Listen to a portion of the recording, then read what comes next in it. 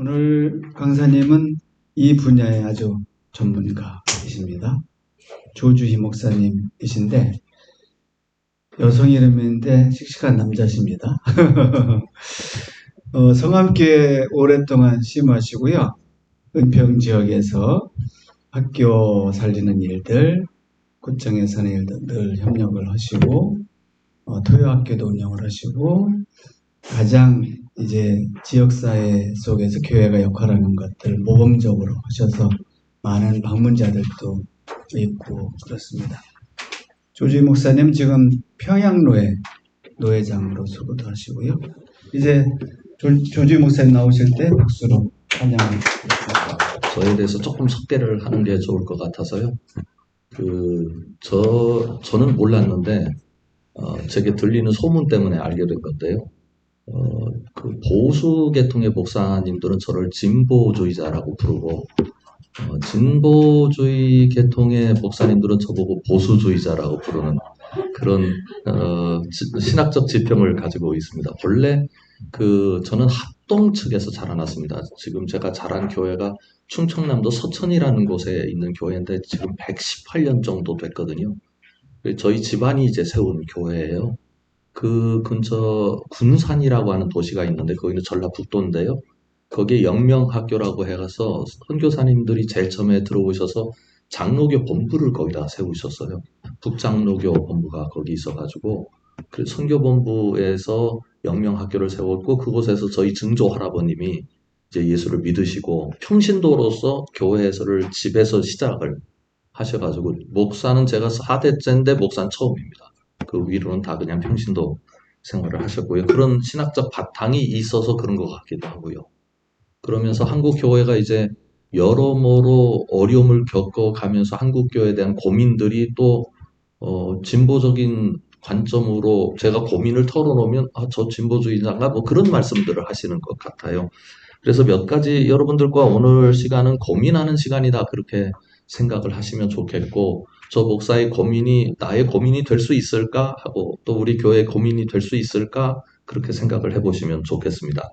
먼저 이 교회 이야기를 해야 되는데 제목이 교회 본질이잖아요. 그런데 교회가 본질로 돌아가야 한다고 하는 소리는 대한민국의 모든 목사님들이 다 합니다.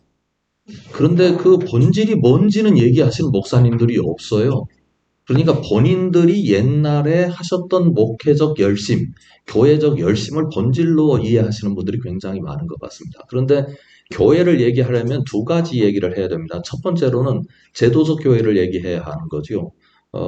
저는 통합적 교단의 목회자입니다. 이게 제도적 교회의 모습인 거고, 염산교회도 제도적 교회고요. 또 인비지블 처치라고 해서 보이지 않는 우주적 교회지요.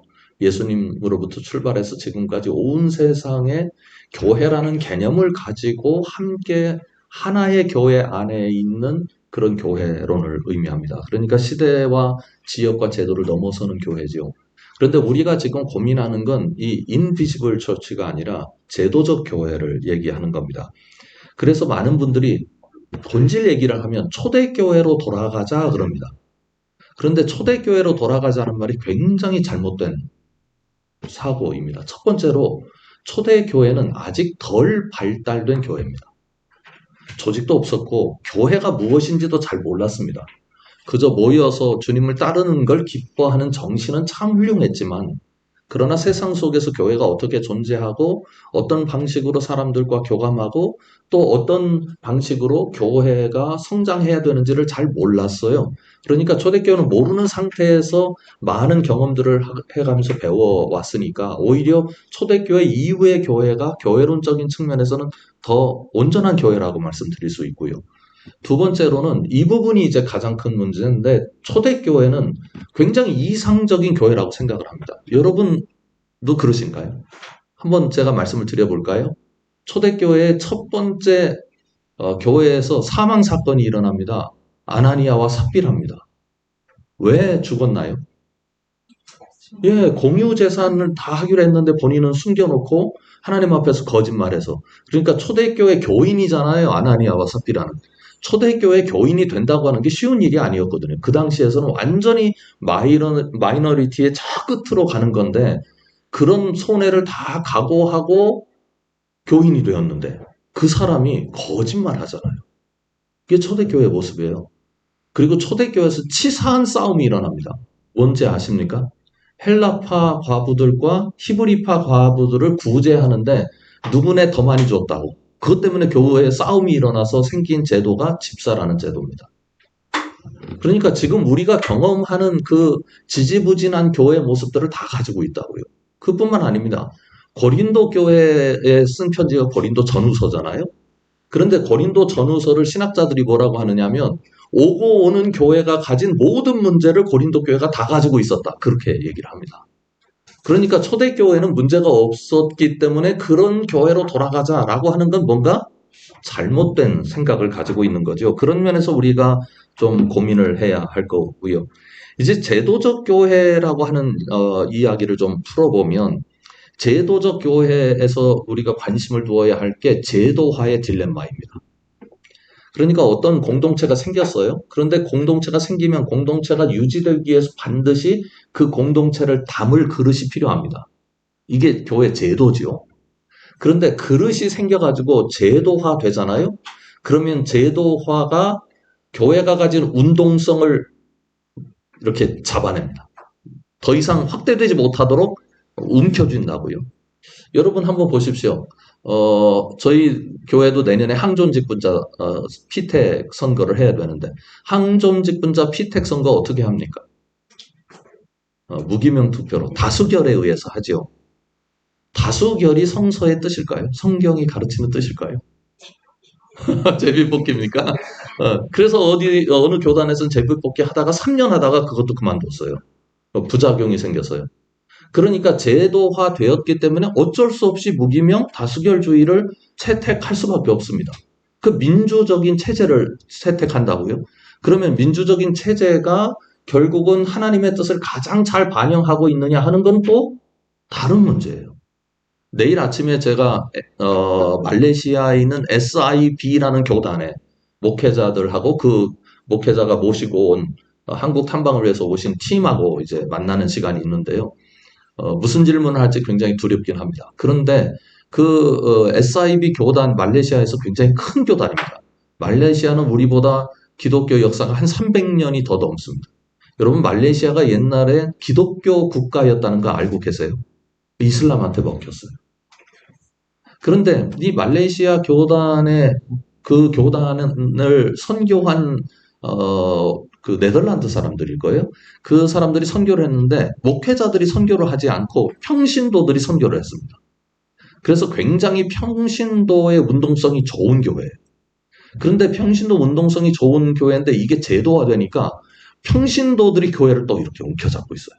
그래서 그 SIB 교단의 가장 큰 문제는 제도화된 평신도들의 권력입니다. 그러니까 이 제도화라고 하는 것이 지금 우리나라에도 결국 문제라고 보는데요. 우리나라도 100년이 넘어가면서 제도가 발빠르게 우리나라 사람들은 머리가 좋으니까 뭐든지 받아들이면 빨리 이걸 적용시켜 가거든요. 그래서 어떤 분들은 얘기하기를 한국 교회는 150년 정도밖에 안 됐는데 400년 된 교회 역사를 가진 교단들과 비슷하다. 그런 얘기를 합니다. 그래서 이런 고민들이 이제 우리에게 있는 거죠. 그러면 이런 제도화의 고민 속에서 나타난 아주 충격적인 책을 하나 소개해 드리려고 하는데요. 괭이부리말 아이들이라는 책입니다. 아마 염산교회 지형하고 비슷할 것 같아요. 그 동네가 인천에 있는 한 동네인데요. 사방으로는 지금은 많이 달라졌는데 연립주택촌입니다. 그러니까 아파트도 몇 채 없고요. 그러니까 그 굉장히 좀 경제적 수준이 낮은 곳이죠. 그런데 그 교회는 굉장히 큰 규모를 가지고 있습니다. 한 예배당이 2,000석 정도 되는 것 같고요. 새로 큰 건물을 지었고 옛날에 사용하던 교회당도 그대로 남아 있습니다. 그래서 그 동네에서는 가장 큰 건물입니다. 그런 지형에 있는 교회인데 그 교회를 그 동네에 살던 어떤 작가가 어른 동화 작가입니다. 동화 작가가 자기 책에 교회에 대한 표현을 했어요. 그런데 그 교회 목사님이 이게 우리 교회를 얘기한 거예요 하고 저한테 보여줘서 제가 이 책을 알게 됐는데 괭이부리말 아이들이라는 책입니다. 제가 그 교회에 대한 표현을 그대로 따왔습니다. 몇 년 전 교회는 교회 앞에 있던 판잣집들을 헐고 커다랗게 새 건물을 지었다. 건물만 큰 게 아니라 큰 십자가가 달린 철탑도 2개나 되었다. 밤이 되면 철탑 위의 십자가는 충혈된 눈동자처럼 붉은 빛을 띠고 밤새 괭이부리마를 내려다보았다. 그러니까 교회가 위에 있으면서 규모도 크고 빨간 십자가가 두 탑을 가지고 있다. 이제 그런 얘기죠. 외형입니다. 그런데 영호라는 사람을 통해서 이제 작가가 이 교회에 대한 자기 평가를 하는 거예요. 철이 들고 나서 영호는 교회가 부자가 되게 해달라, 공부를 잘하게 해달라고 기도하는 곳이 아니라는 것을 알게 되고, 진짜로 하나님이 부자들의 소원만 들어준 것은 아니라는 것도 알게 되었다. 그러니까 밖에서 보기에는 굉장히 교회가 기복적이고, 그리고 굉장히 그 사회보다 더 권력을 추구하고, 그리고 부를 추구하는 그런 공동체인 줄 알았더니, 막상은 그렇지 않더라. 그러니까 교회가 큰 문제가 없다. 그렇게 이 사람은 평가하는 듯해요. 그 다음이 이제 중요한데요. 하지만 영호는 코딱지망하는 괭이부리마를 다스리는 봉건 영주처럼 동네 꼭대기에 딱 버티고 서 있는 교회에 정이 가지 않았다. 그러니까 그 동네에 있고 그 골목을 열심히 드나드는 사람인데 이 교회가 나하고 아무런 관계가 없구나라고 하는 생각 속에 이분은 갇혀 있다는 거죠. 교회와 어떤 파이프라인도 없다는 겁니다. 아까 그 이근복 목사님께서 말씀을 해주셨습니다만 지금 뭐 노회장은 이렇게 가다 보면 노회장을 하고 지나가게 돼 있습니다. 뭐 저희 교회 정도 되면 그냥 거기는 해야 됩니다. 그래가지고 넘어가는 건데요. 노회장을 하다 보니까 교회들의 그 분쟁에 관해서 깊이 알게 돼요. 와, 근데 지금 우리 노회 21년을 싸우는 교회가 있거든요. 내년에는 끝이 날이라고 저는 예언하고 있는데요. 근데 왜 그러냐면 싸울 이유가 없습니다. 근데 싸웁니다. 이제 본인들이 깨달았습니다. 우리가 싸울 이유가 없는데 싸우는 거 아닌가? 이러고요. 교회 공동체가 그래요. 그리고 또 하나 하고 있는 게 기독교 윤리실천운동본부의 대표 회장입니다. 저만 하는 게 아니고 3분이 있습니다. 그래서 기독교 윤리실천운동본부니까 윤리적인 관점에서 사회를 바라보고 교회를 바라보는데 거기서 이구동성으로 하는 말이 사회적 윤리성보다 교회적 윤리성이 더 떨어진다. 이게 일반적인 평가입니다. 그러니까 실제로 설문조사 해보면 그렇게 나옵니다. 그걸 알고 있고 또 하나는 장신대에서 강의를 하거든요. 장신대 아이들, 신대원 학생들을 늘 만나는데 신대원 학생들을 바라보면서 그들의 걱정, 깊은 그 좌절감이 아직 출발도 하지 않은 신학도들 가슴속에 담겨 있습니다. 그리고 동네에서는 11명의 목회자들 40대 중반에서 50대 사이, 그러니까 50세에서 45세 그 사이의 목회자들입니다. 이제 막 담임 목회를 시작한 분들인데 11분들과 2주에 한 번씩 만납니다. 그때 이제 만나면 교회 이야기를 듣는데 이게 그 이야기를 들으면서 이게 우리가 섬기는 교회일까? 그런 자괴감이 너무 많이 듭니다. 그래서 이제 교회에 대한 고민을 우리가 깊이 해야 한다. 교회론적인 고민이다. 이렇게 싶은데요. 그 차원에서 이제 중요한 건 어떤 거냐면, 이거부터 얘기를 하겠습니다. 요거부터요. 여대길 김경진 교수인데 서울대 교수들입니다. 종교의 본질과 요소 및 구조에 대하여라고 하는 그림을 하나 그려놨는데 이 책에서 이 그림은 모든 종교학자들이 다 사용하는 그림입니다. 그러니까 종교학자들이 종교가 뭔가를 설명할 때 ABC처럼 설명하는 그런 건데요. 그림을 자세히 보시면 종교관념이 가운데 있어요. 그렇죠? 종교관념이 확대된 게 종교체험입니다. 그러니까 종교적 체험은 종교관념에 의해서 결정됩니다. 너와 나의 체험이 다르다면, 신앙적 체험이 다르다면 너와 내가 가지고 있는 하나님에 대한 인식이 다르기 때문입니다. 그리고 그 체험이 이 사람의 행위를 결정하게 만듭니다. 가령 예를 들면 그 마틴 루터가 그 하나님은 두려운 하나님이라고 하는 종교적 관념을 가지고 있었죠. 그런데 자기 친구가 걸어가다가 벼락 맞아 죽었다고요, 친구가. 그러자마자 이 마틴 루터가 수도사가 됩니다. 그러니까 행위를 했죠. 수도사가 되는 결정을 하지 않습니까? 그러면 그 행위를 하게 된 게 종교적 체험과 종교적 관념 때문에 이루어진 거거든요. 그 행위들이 조직과 제도로 나타납니다. 그러니까 여기서 제가 강조하려고 하는 것은 종교의 체계 개념을 여러분들에게 설명드리려고 하는 게 아니라 우리가 어떤 행동을 하게 되는 깊이를 파고 들어가면 우리의 신앙 고백이 있다는 겁니다. 그 신앙 고백 안에는 교회론이 있는 거예요. 교회에서 다 배운 거니까 우리. 교회는 뭐다, 이렇다, 저렇다, 교회에서는 어떻게 해야 된다, 교회에서는 하나님을 어떻게 믿는 거다 하는 이야기들이 나도 모르는 사이에 내 안에 지금 신학화되어 있어요. 그 신학화된 게 근거가 돼서 내 삶을 결정하는 거예요. 그런데 이거는 그냥 내버려 두고 똑바로 살아라, 윤리적으로 살아라, 그리고 생각을 바꿔라. 그거 안 된다고요. 생각을 바꾸라는 말도 안에 있는 종교적 관념, 그러니까 기독교적 이론을 바꾸라는 말이 아니고 겉으로 행동해야 되는 근거를 좀 바꿔라. 너 그렇게 살면 안 된다. 이렇게 아무리 소리쳐도 이 종교적 관념이 바뀌지 않으면 나머지는 절대 끄떡하지 않고 잠시 바뀌었다가 제자리 걸음을 한다는 겁니다. 그래서 이제 제가 관심을 둔 것이 교회론이었습니다. 이 교회론은 전통적인 교회론이라고 하는데요. 크리스텐덤적 이해라고 별명을 붙이기도 합니다. 앨런 허쉬라는 사람이 더 포가튼 웨이스라는 책을 썼는데 이 책에 나오는 그림입니다. 제가 이제 논문을 쓸 때 이 책을 많이 인용을 했는데요. 그런데 이 책에 의하면 전통적인 교회들이 하나님과 세상과 교회와의 관계를 이런 방식으로 이해한다는 겁니다. 크리스텐덤이라고 하는 것부터 좀 설명을 드리겠습니다. 자주 들으셨던 용어일지 모르겠는데요. 제가 그 독일 목사님들이 우리 교회를 방문한 적이 있었어요.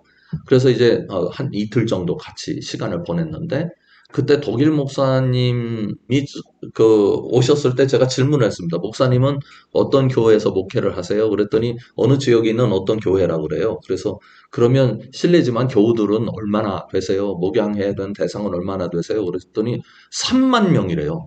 그 독일에 3만 명 모이는 교회가 있다는 소리를 들어본 적이 없는데 그래서 그러면 부목사님이랑 그 교회 안에서 일하시는 분들이 많겠네요. 그랬더니 부목사님이 없대요.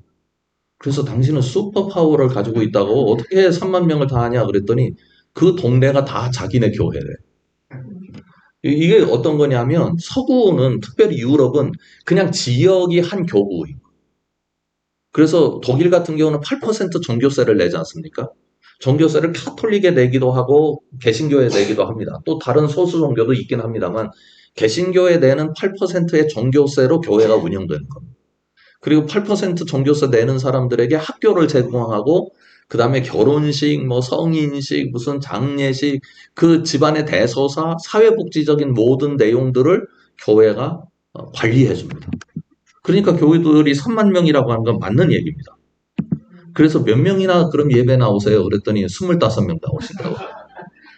이게 뭐냐면 그냥 우리 체제가 기독교라고 생각을 하는 거예요. 우리하고는 다르죠. 그런데 묘한 건 우리나라가 이런 생각을 받아들였어요. 실제는 아닌데. 그래서 교회가 강력한 권한과 제도적인 우월성을 가지고 있다고 생각을 하게 만들었습니다. 이게 선교사들의 영향인지 아니면 교회가 급성장한 영향인지는 모르겠습니다만 그럼 우리가 우월하다 그러면 세상을 어떻게 보겠어요? 열등하다고 보겠죠. 우리는 예수 믿고 천국 가는 사람들이고 저 세상에 있는 사람들은 마귀의 지배 아래 있는 사람들이다. 그래서 세상을 안 좋게 봐야 우리가 좋은 거 아닙니까? 그죠? 상대적인 개념이니까 좋다 나쁘다가. 그래서 제가 이런 설교를 들은 적도 있어요. 여러분 세상에 아무리 부자고 똑똑하지만 다 지옥 갈 사람들입니다. 이게 교회 안에서 가진 생각들이라고요. 저 사람들을 그래서 빨리 구원해서 교회 안으로 끌어들여야 합니다. 그래야 사는 겁니다. 그렇게 얘기를 한다고요. 그래서 하나님과 세상을 교회가 분리시켜요. 하나님은 교회만 알아요. 이 세상은 절대 하나님을 알 수 없죠. 교회만 알고 우리가 하나님을 아니까 하나님을 아는 우리가 세상에 하나님을 알려주는 역할을 한다. 그래서 매개 역할을 교회가 한다. 그런 건데요. 이 그림에 심각한 문제가 하나 있다는 것을 여러분들 보실 수 있겠습니까?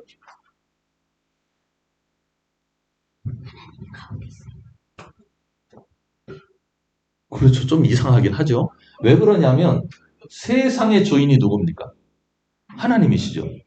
근데 교회가 기본적으로 세상에 하나님이 안 계시다고 생각을 해요. 세상에 뭐만 잔뜩 있습니까? 마귀만 잔뜩 있고. 마귀의 자녀들이라. 그리고 그런데 그렇게 생각을 하는 우리 머릿속에 또 하나의 생각이 있는데요. 세상의 주인이 누구라고 고백합니까? 하나님. 그러면 세상의 주인이 하나님이라고 고백하는 우리가 실제적으로 행동하고 사고하는 일상적인 사고 속에서는 세상과 하나님을 분리시키고 있는 거예요. 그러면 이건 나쁜 쪽으로 부정적인 측면에서 비판을 하자면 교회가 하나님을 세상에서 쫓아냈어요. 세상의 주인이신 하나님. 그러니까 세상에서 하나님은 움직이시지 않는다고 기본적으로 생각을 하니까. 어떤 분은 이런 얘기도 하더라고요. 세상에 착한 사람들도 있긴 있는데 그 사람들 다 자기 명예를 위해서 착한 거지. 근데 제 눈에는 그분이 못돼 보이더라. 어떻게 그럴 수 있나? 그냥 착한 사람들은 착한 사람이라고 하면 되지. 그걸 또 못된 사람으로 만들어 버려요. 왜?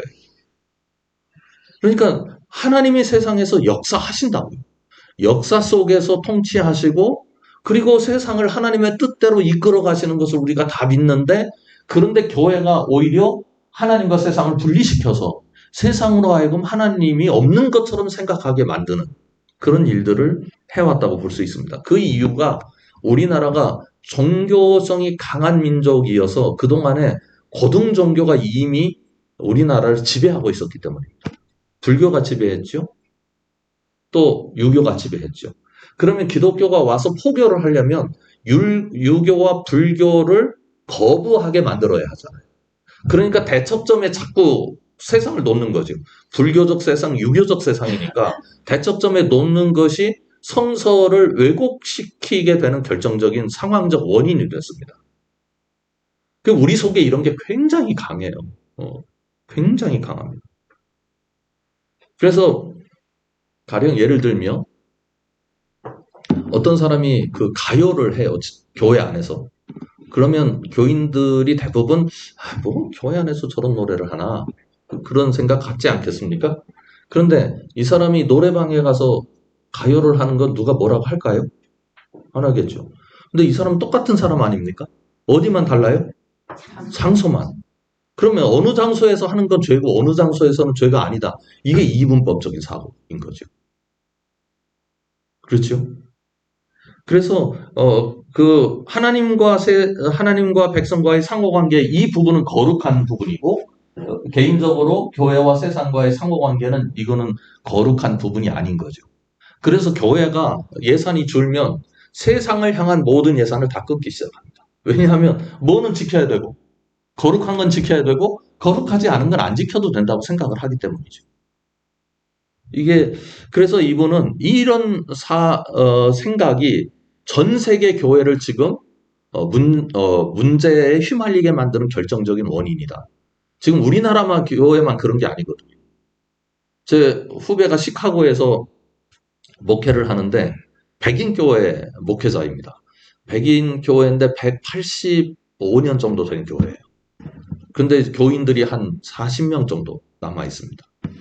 근데 그 지역에 있는 근처에 있는 교회들이 42개가 있대요. 근데 15개 교회가 목회자가 없대요. 왜 목회자가 없느냐? 목회자가 목회를 할 수 있는 환경은 아니에요. 교회는 돈이 있어요. 왜 그러냐면 미국 사람들은 평상시에 이렇게 헌금을 잘 안 하거든요. 그러니까 우리나라의 미국 교인들은 헌금도 안 한다 하고 비판이 많은데 그분들은 한 몫의 헌금을 합니다. 돌아가시면서 교회에다 전 재산을 다 놓고 가는 분들이 많기 때문에 교회가 버짓을 굉장히 많이 가지고 있어요. 쌓아놓고 있어요. 그것 때문에 그냥 교회가 지금 살아있는 거지 실제로는 죽어가는 교회들의 모습을 가지고 있다.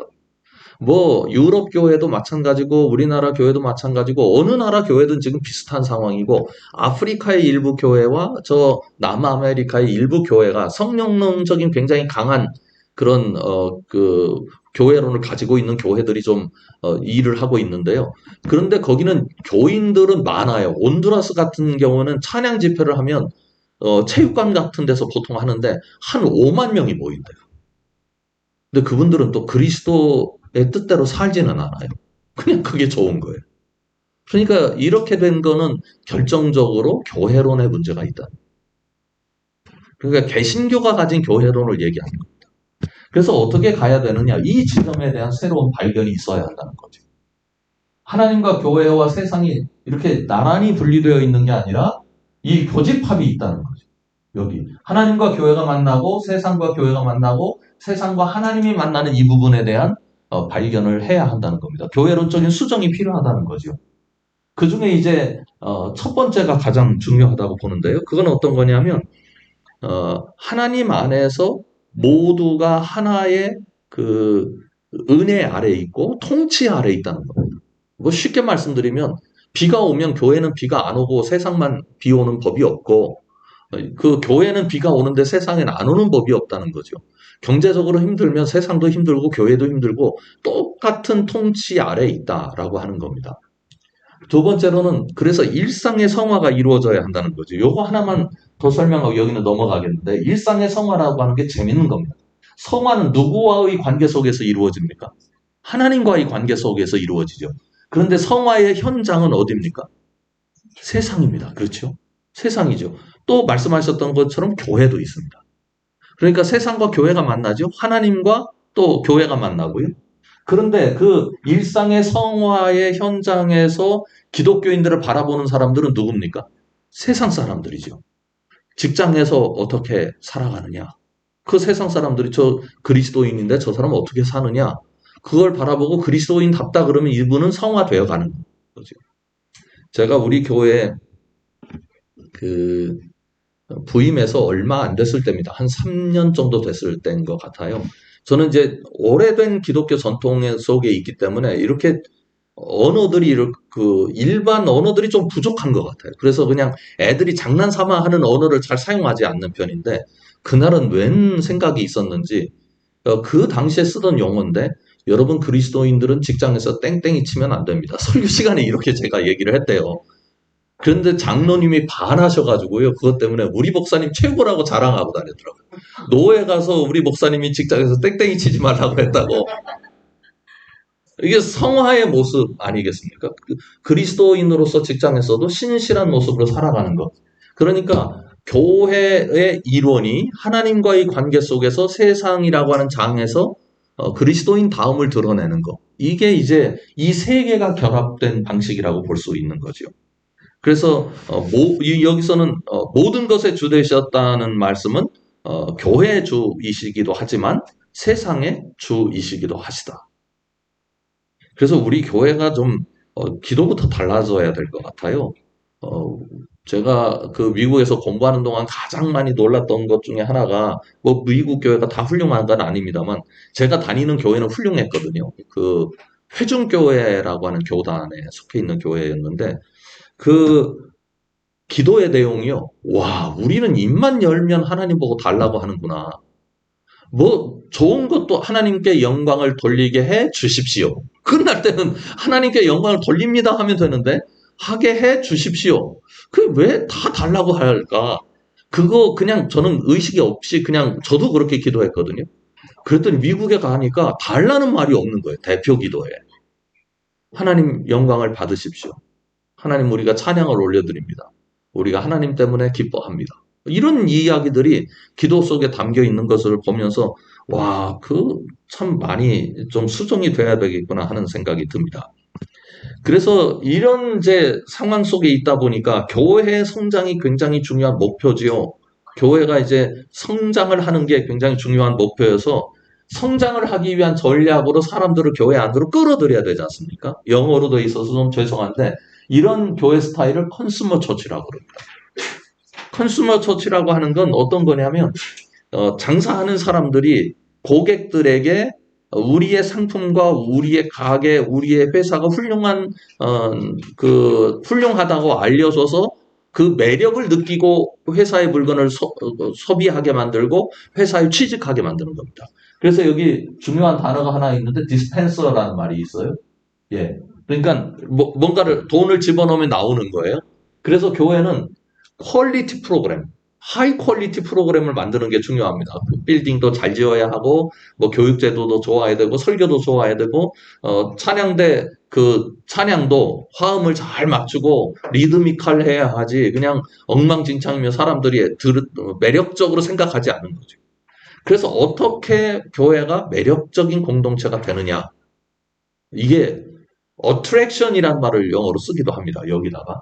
그러니까 그 놀이동산처럼 뭔가 매력적인 게 있어가지고 사람들을 계속해서 안으로 들어오게 만드는 이 교회론이 잘못됐다는 거죠. 이런 교회론이 아니라 I'm the church. 내가 교회다.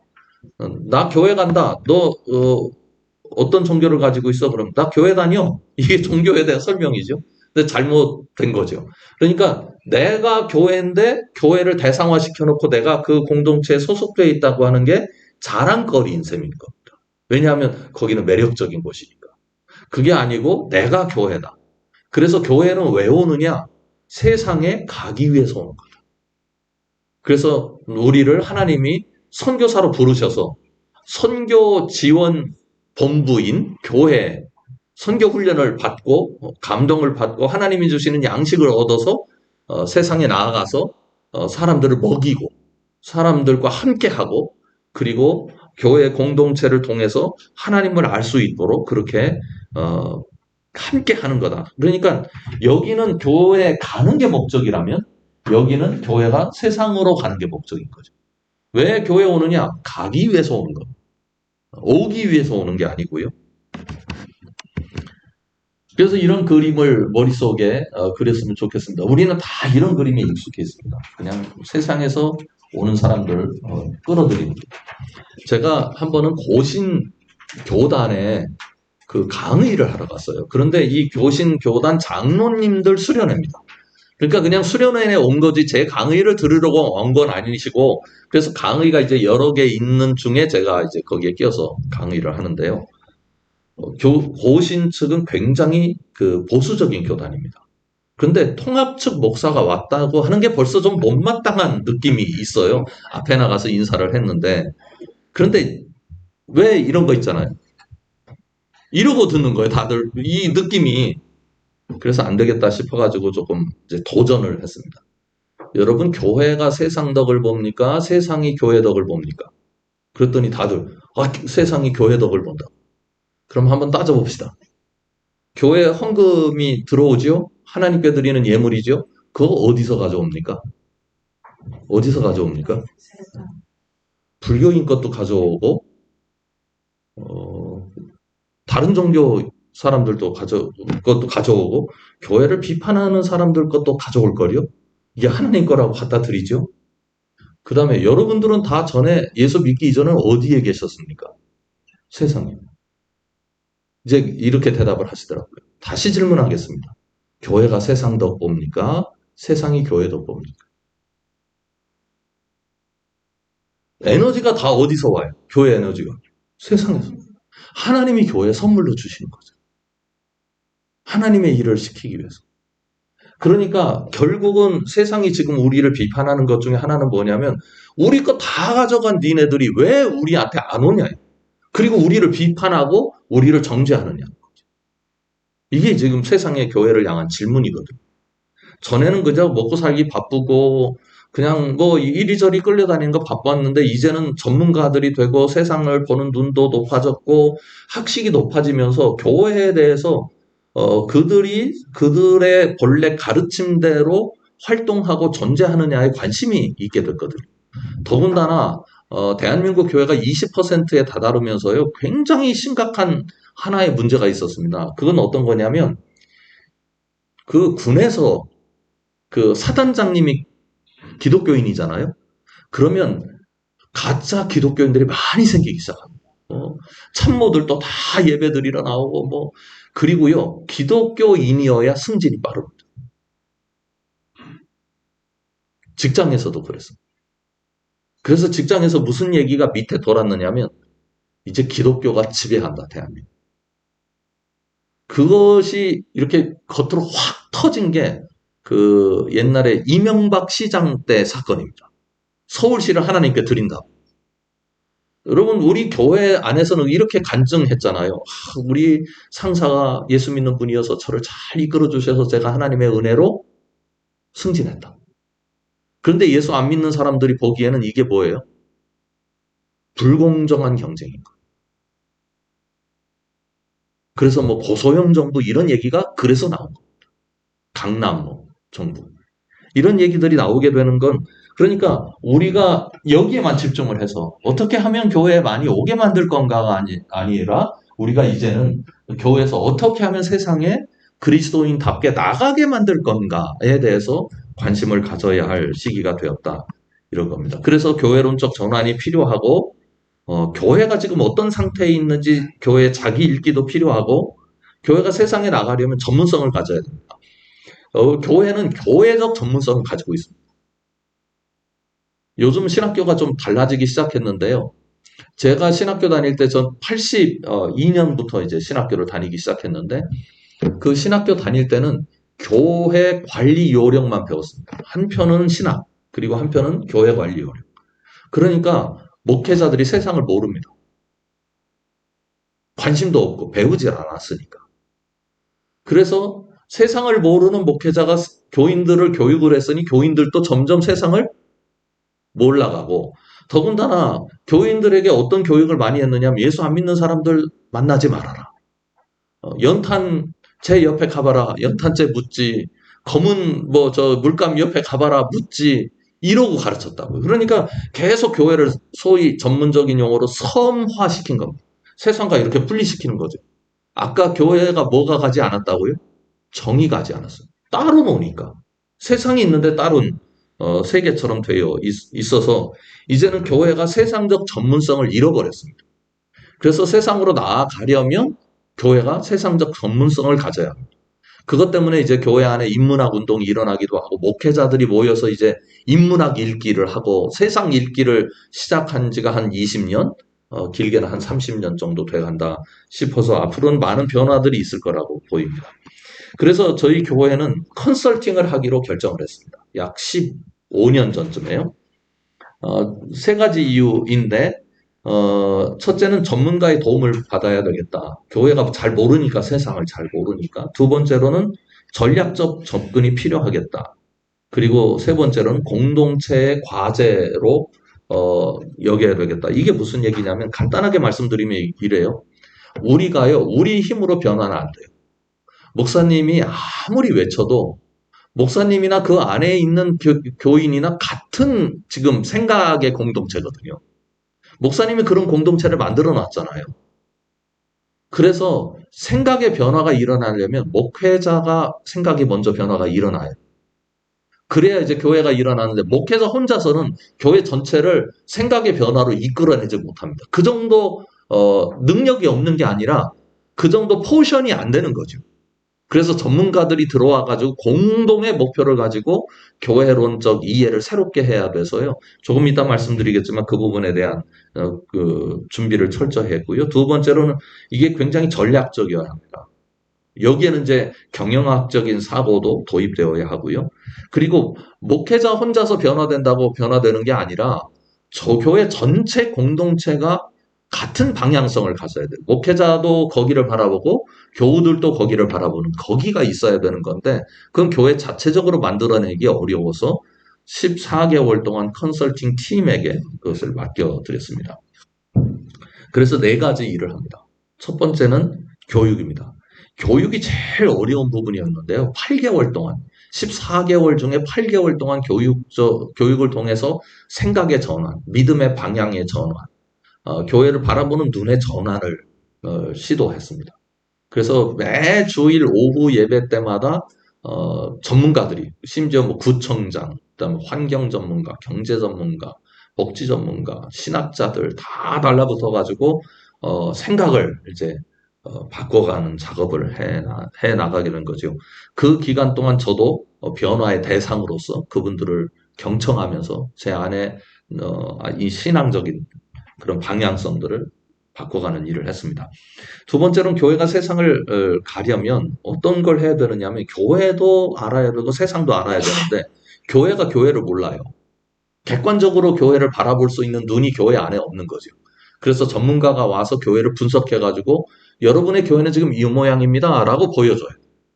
그래서 뭐 설문과 그다음에 교회 조사를 통해서 5년 동안의 모든 자료를 전문가들한테 넘겼고 그것들을 분석해가지고 바탕으로 또 설문조사를 바탕으로 여러분의 교회는 지금 이런 모습입니다 하고 저희한테 교회를 이제 알려주시는 일을 했고요.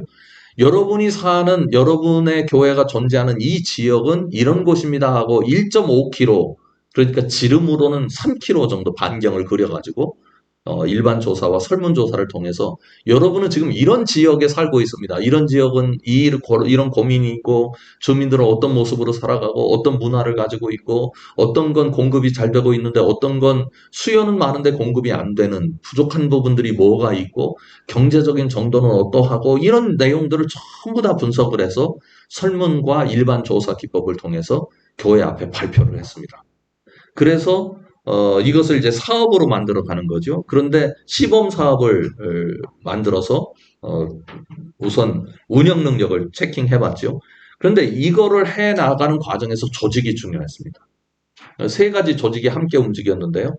교회 조직, 전문가 조직, 컨설팅 팀이죠. 그리고 사회 조직이 있었습니다. 지역 사회 조직.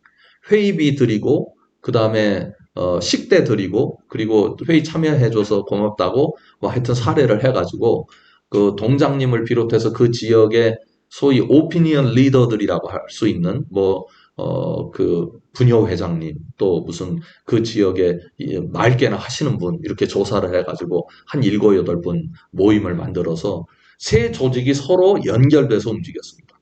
이 지역 조직이 필요한 이유는 교회가 어떤 일을 하고 있는지 지역에 알려줘야 할 필요가 있고 근데 교회가 알리면 교회를 포교한다 그러거든요. 그래서 그분들이 알리면 이제 제일 쉽게 알릴 수 있고 또 지역 주민들의 생각은 어떤지 교회가 못 들어봤거든요. 그래서 그분들의 입을 통해서 구체적으로 어떤 이야기들이 교회 안에 교회를 향하여 있는지 그걸 통로를 만들어낸 거죠. 그래서 그 중에 한 분이 저희가 도서관 만들 때 참 돈이 없어가지고 경제적으로 어려웠는데 한 분이 700권 도서를 기증받아가지고 저희한테 가져다 주셨습니다. 이분의 그 지인이 그 출판사를 하신대요. 그래가지고 그 출판사뿐만 아니라 주변에 또 출판사를 통해서 이렇게 책을 모아가지고 700권이나 가져다 주시는 일도 있었는데 그러니까 지역과 이렇게 소통을 하는 지역을 위한 일이니까 지역의 의견이 교회 안에 담겨야 되잖아요. 그래서 그런 이제 조직을 만들어서 14개월 동안 이렇게 운영을 했습니다.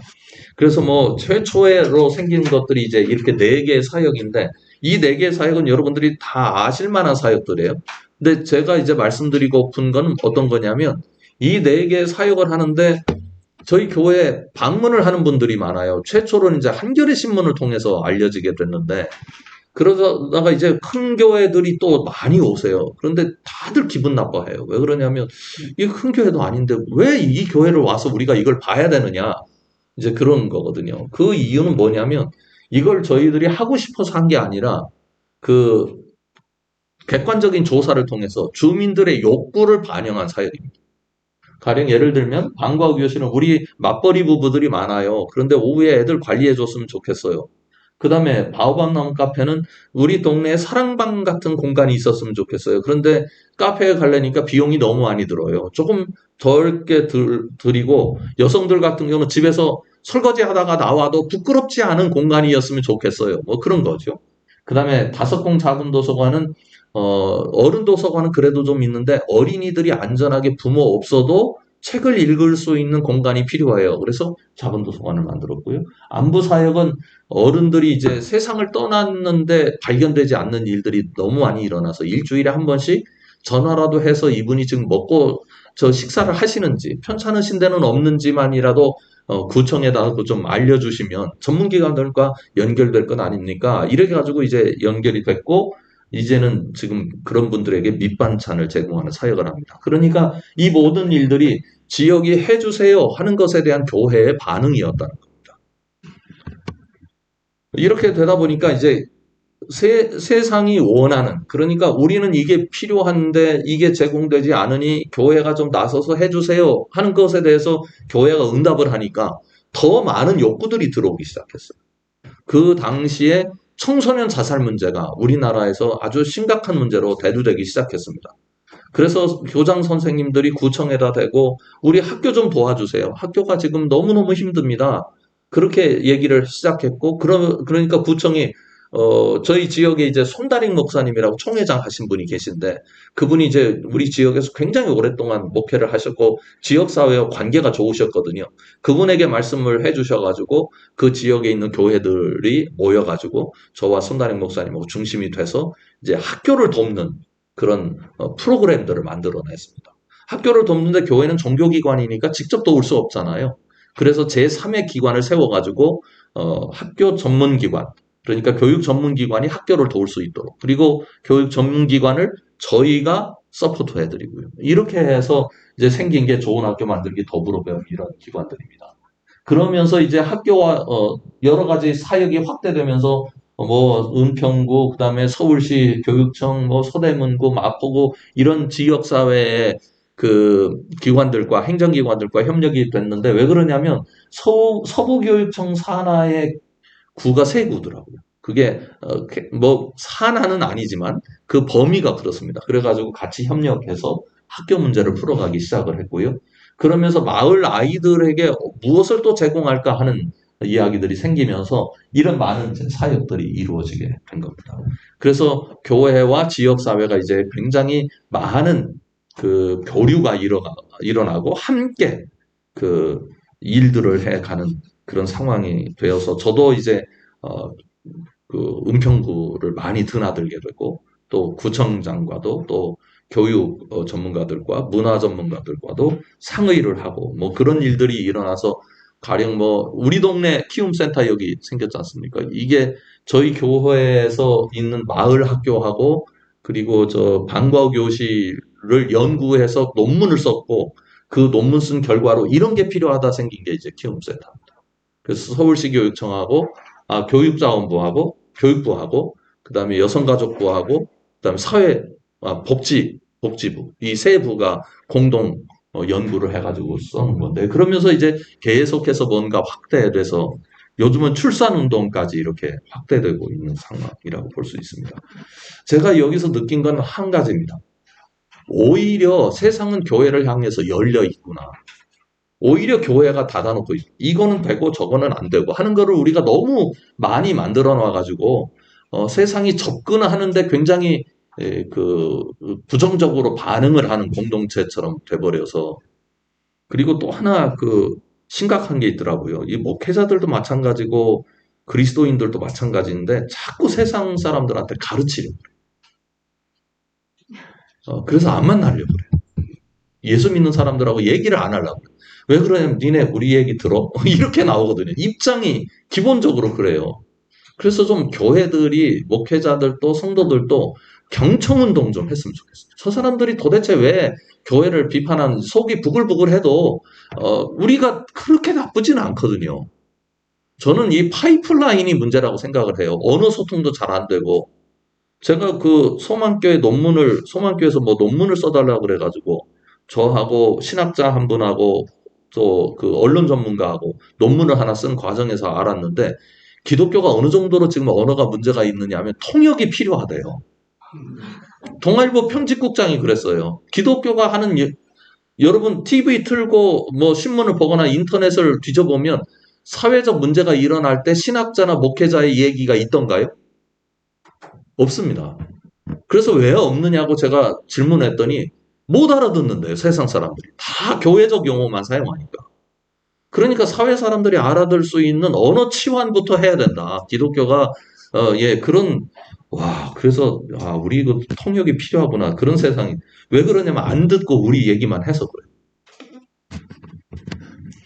그래서 교회가 이렇게 되면서 성숙해지고, 또 교회의 영향력이 확장되고, 그리고 교회도 성장을 하게 되고, 이런 열매들을 누리게 됐습니다. 그래서 저는 하나님이 우리에게 너희들이 세상 가운데 가서 내가 너희들에게 분부한 것을 가르쳐 지키게 하라, 그리고 제자 삼으라 라는 말씀을 교회가 잘 지켜내면 교회는 하나님께서 지켜주시고 또 성장하도록 도우신다, 행복한 신앙생활을 할 수 있다, 그런 생각을 가지고 있습니다. 저는 여기까지 여러분들에게 말씀드리겠습니다.